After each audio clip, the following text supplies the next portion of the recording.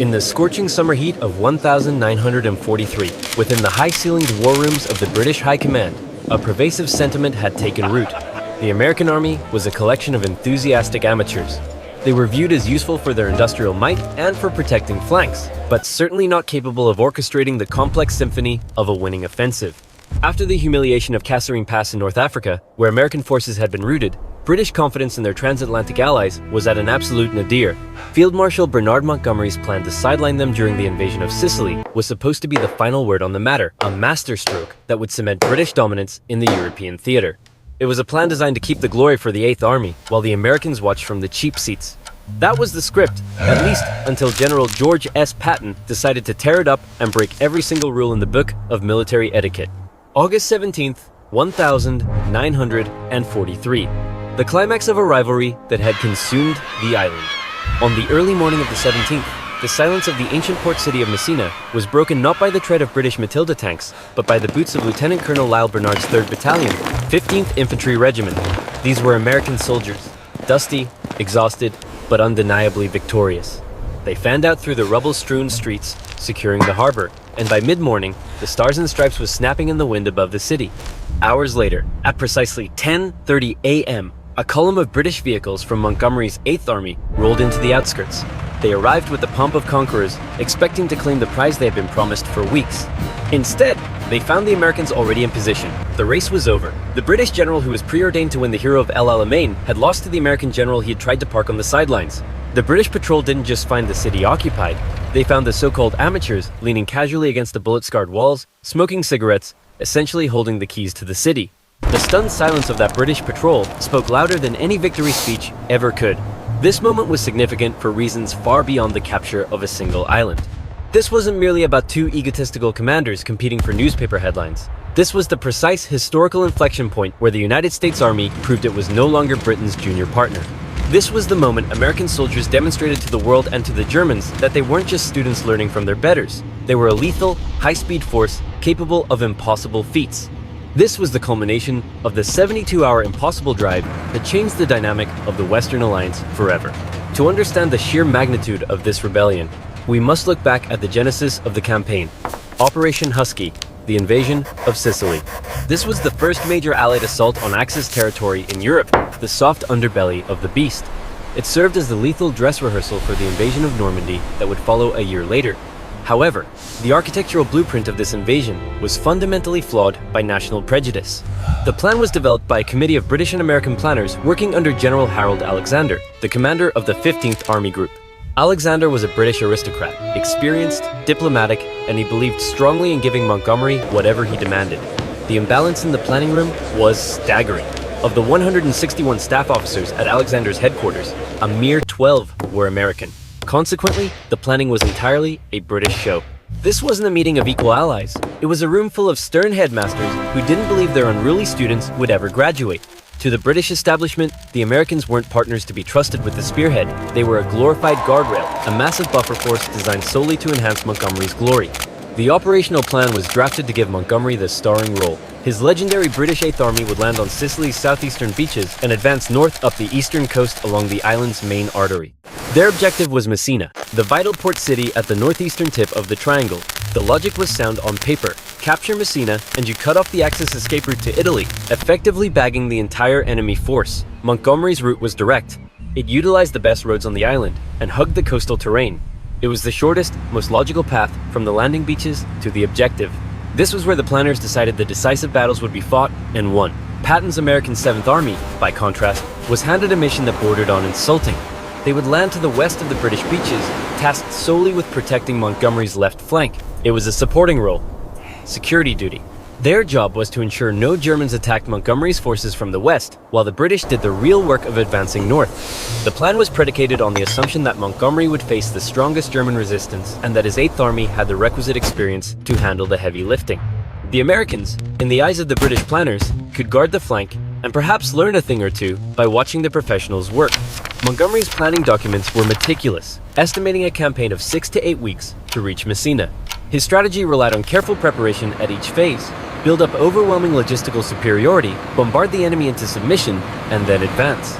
Minimize casualties through a methodical, grinding advance. take no unnecessary risks. It was textbook Montgomery, the exact same set-piece approach that had defeated Rommel at El Alamein. Slow, cautious, professional, and utterly devoid of improvisation. When George S. Patton saw the plan, he understood exactly what was happening. He realized immediately that the British were carving out the glory mission for themselves while parking the Americans in a static, supporting role.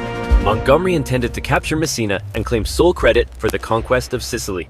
American soldiers would be left to sit on the flank, baking in the sun, watching the victory parade from afar. Patton had just spent months rebuilding the shattered confidence of the American soldier after the debacle at Kasserine Pass. He had instilled discipline, pride, and aggression into his men. He was not about to let Montgomery turn the invasion of Sicily into a British showcase that reinforced the global narrative of American inferiority. But the plan was set in stone. General Alexander had approved it. The landing dates were fixed. Patton would have to execute his assigned mission, unless, of course, he could find a way to change the mission on the fly. The conflict crystallized around Route 124, the Vizini-Caltagirone Road. This was the main highway running north along Sicily's eastern spine, connecting the landing beaches toward the interior and Messina. It was the best road on the island, paved, direct, well-maintained, and built for moving heavy mechanized armies quickly. The original planning documents had assigned this crucial artery to be shared by both British and American forces. It was wide enough for multiple divisions to advance simultaneously. Both armies could have used it to push north together in a coordinated hammer blow. Then, in a move that stunned the American command, Montgomery unilaterally changed the plan. He claimed operational necessity required giving Route 124 exclusively to the British 8th Army. He demanded that American forces be pushed off the road and forced to find alternative routes to the west through the difficult hill country. The justification was logistics. Montgomery argued that having two armies sharing one road would create traffic jams, confusion, and supply bottlenecks. It was better, he reasoned, to give the main highway to one force and have the other use secondary tracks. But the real reason, as everyone in the theater suspected, was pride. Montgomery wanted the main road because the main road led to Messina. Whoever controlled Route 124 controlled the direct path to victory. Montgomery wasn't going to share that path with the Americans. He wanted the lane clear for his own triumph. Alexander, ever the conciliator and unwilling to challenge his star subordinate, approved the change. He trusted Montgomery's judgment and believed British forces should have priority for the decisive advance. The Americans, he reasoned, could manage with what was left. The decision forced Patton's 45th Division to conduct a grueling countermarch, retreating all the way back to the coast to find a new path. Troops who had already fought their way inland had to turn around and march back, exhausting themselves before they could even start their assigned mission. They walked back through their own dust, humiliated, simply because they were in the way of the British. It wasn't just a logistics decision, it was a personal insult to every American soldier who had risked his life landing on that beach. It sent a message that their contribution was secondary. When Patton learned that Route 124 was now exclusively British territory, his fury was incandescent. He saw through the operational necessity excuse. This was Montgomery, ensuring the British got credit for capturing Sicily. Patton studied his new assignment with a seething resentment. Protect Montgomery's flank, use goat tracks and secondary roads, stay out of the way. His staff officers dutifully prepared plans for this supporting mission, positioning forces to guard against hypothetical German counterattacks from the west and advancing slowly behind British progress. However, Patton looked at the map and saw something his staff didn't. He saw a vacuum. If the Americans were banned from the eastern road, they would take the western road. And if they moved with enough speed and violence, they could encircle the entire island and reach Messina before Montgomery got there. It wasn't in the plan. It wasn't authorized. It would undoubtedly create massive friction with Montgomery and Alexander. But Patton didn't care. The British had stolen the main highway to ensure American forces stayed in the background. He was going to prove that American speed, aggression, and mechanization could beat British caution even without the benefit of paved roads. July 10th, 1943. D-Day for Operation Husky, the largest amphibious operation in history up to that point.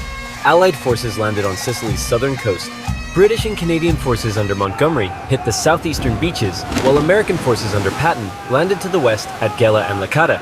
The landings were successful despite rough seas and scattered airborne drops that saw paratroopers landing miles from their targets. Within 24 hours, both armies had established firm beachheads and began advancing inland.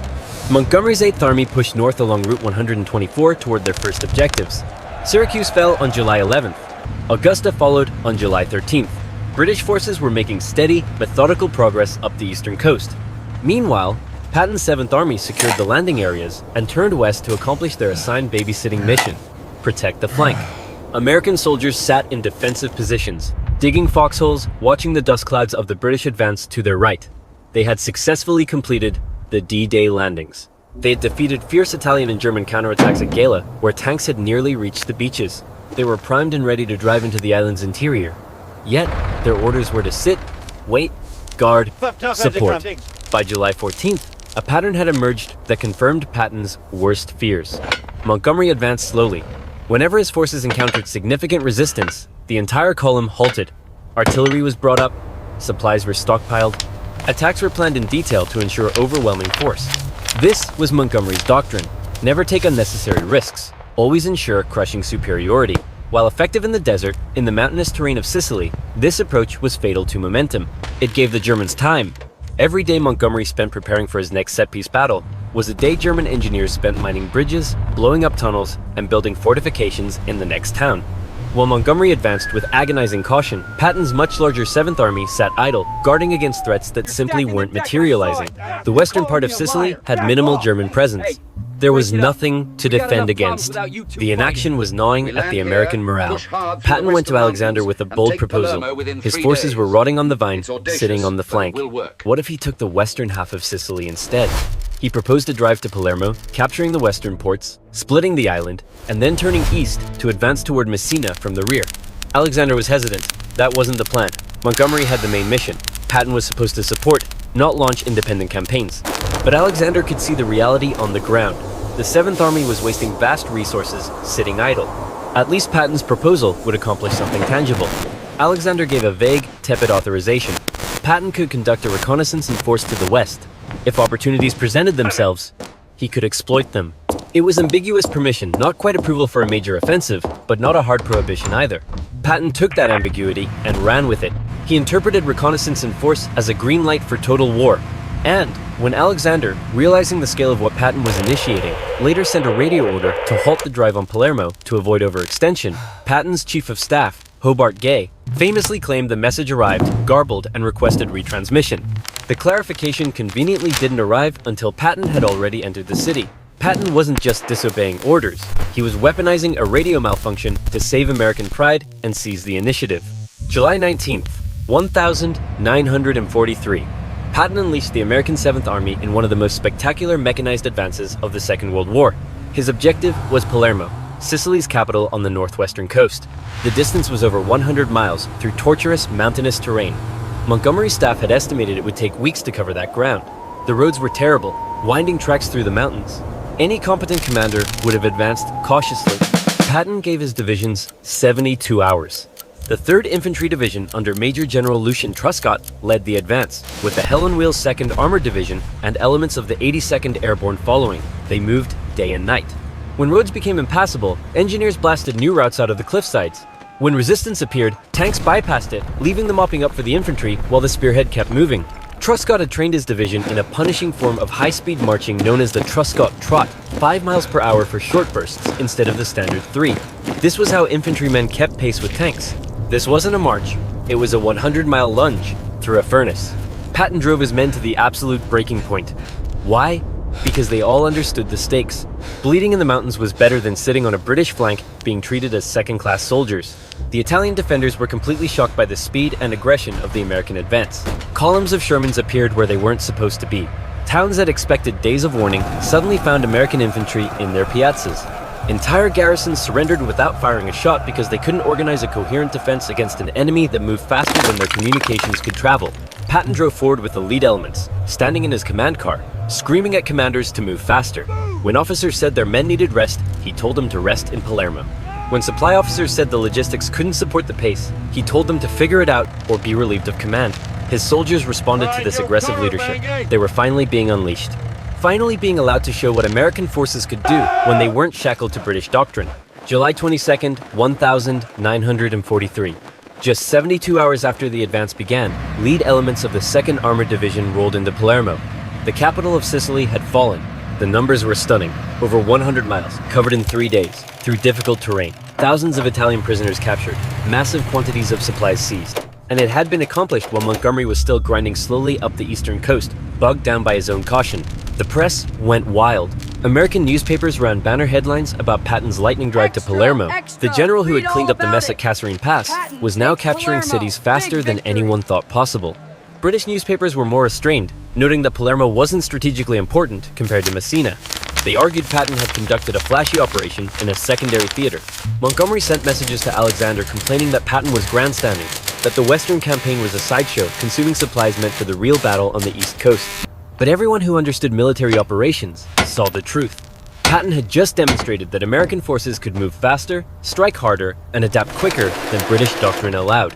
He had covered more ground in 72 hours than Montgomery had covered in 12 days, and he had done it without the best roads, without priority for supplies, and without the starring role. Montgomery's humiliation was complete when Patton radioed his next objective. The 7th Army wasn't stopping at Palermo. They were turning east. They were heading for Messina, and they were going to get there first. While Patton was capturing Palermo, Montgomery's 8th Army had run into a wall named Catania. The city of Catania sat astride Route 124, heavily defended by German paratroopers and Italian forces who had used the time Montgomery spent preparing his advance to build an impregnable defensive line. Furthermore, the terrain favored the defender. The looming mass of Mount Etna funneled the British advance into a narrow corridor. Montgomery's plan was to punch through with overwhelming force, but the Germans weren't cooperating. Every British attack was beaten back with heavy casualties. The Green Devils of the German paratroop divisions fought tenaciously.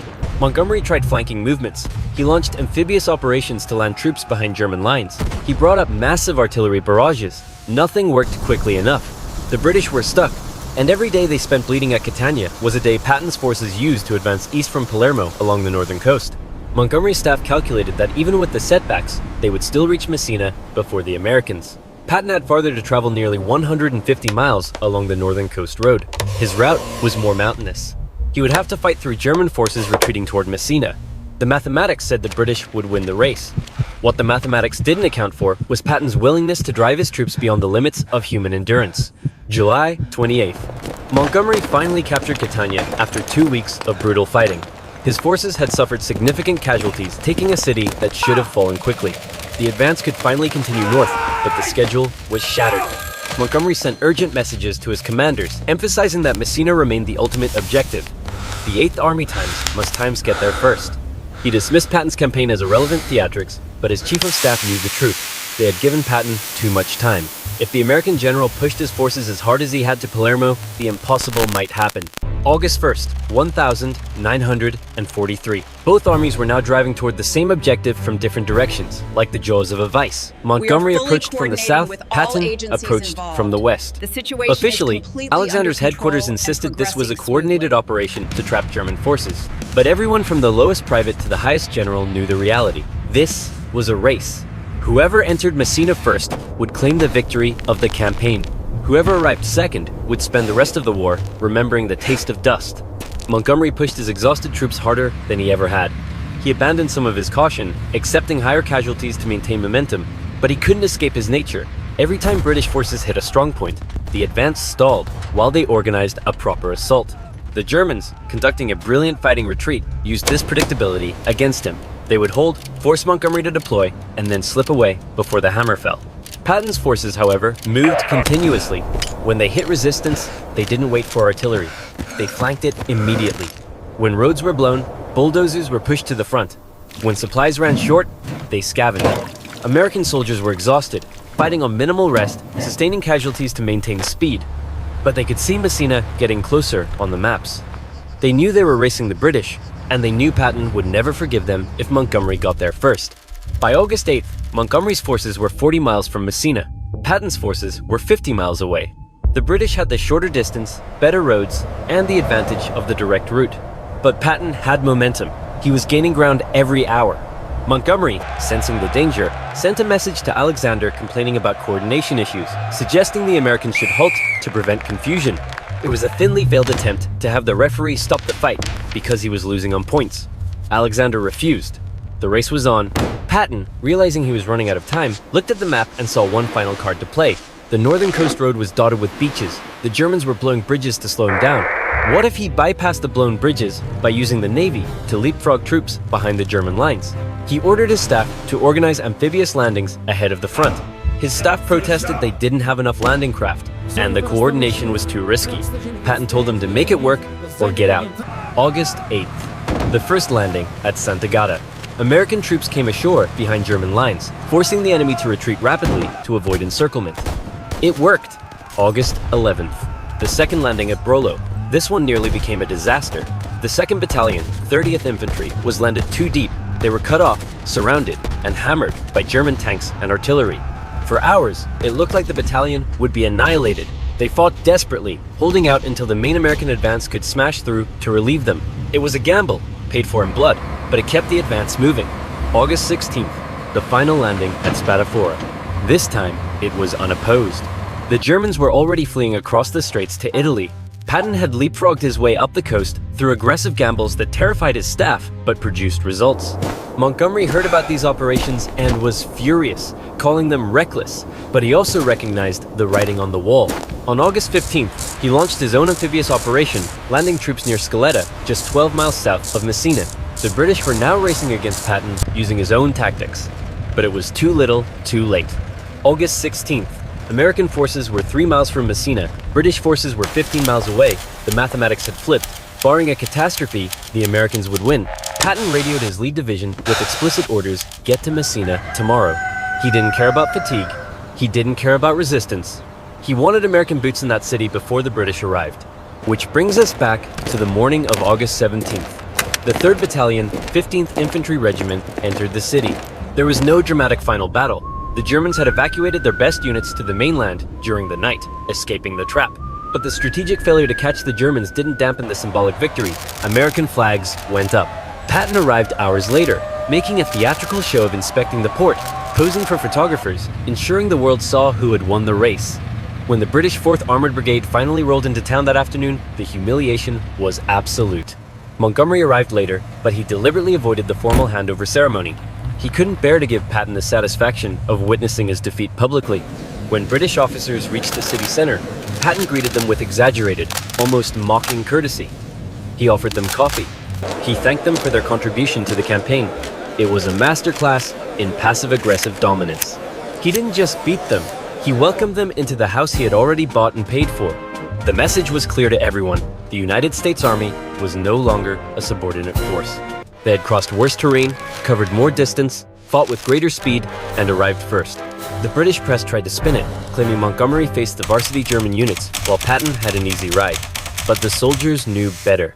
And, perhaps most importantly, the Germans drew their own lessons. In the reports sent back to Berlin, German commanders described Patton as dangerously unpredictable, aggressive, and the most feared Allied commander. They characterized Montgomery as professional, but plotting someone who could be delayed and managed. One German intelligence report captured it perfectly. Patton is the most dangerous Allied commander in the theater. His forces move faster and hit harder than any others. Patton had proved his point. He had rewritten the script of the war. But in doing so, he had humiliated a British field marshal and created a rivalry that would fester and shape the strategy of the Western Front all the way to Berlin. The race to Messina wasn't just a drive on a map. It was the violent coming of age of the American superpower.